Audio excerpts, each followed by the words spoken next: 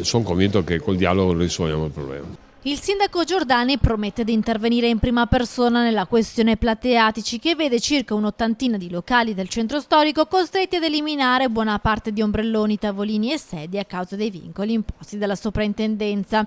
È necessario trovare un punto di incontro per raccogliere le istanze dei gestori dei bar e dei ristoranti, che temono un forte calo dei guadagni, e quello del nuovo soprintendente, che accusa molti di loro di essere abusivi e di non poter utilizzare la piazza come spazio per le loro attività.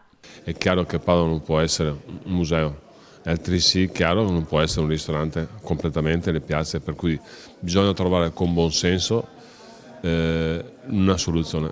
Il sindaco ha già incontrato il nuovo soprintendente e spera nel suo buon senso, promettendo da parte sua di lavorare affinché tutti rispettino le regole per consentire a Padova di essere una città attrattiva per residenti e turisti, ma allo stesso tempo in linea per la candidatura UNESCO dell'Urbs Picta. Noi stiamo incrementando a doppia cifra ogni anno il turismo, di conseguenza devono funzionare anche i servizi.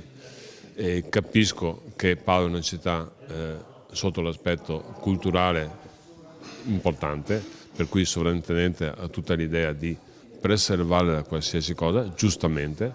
Ricordo che siamo anche candidati UNESCO per il prossimo anno, per cui va trovata una soluzione.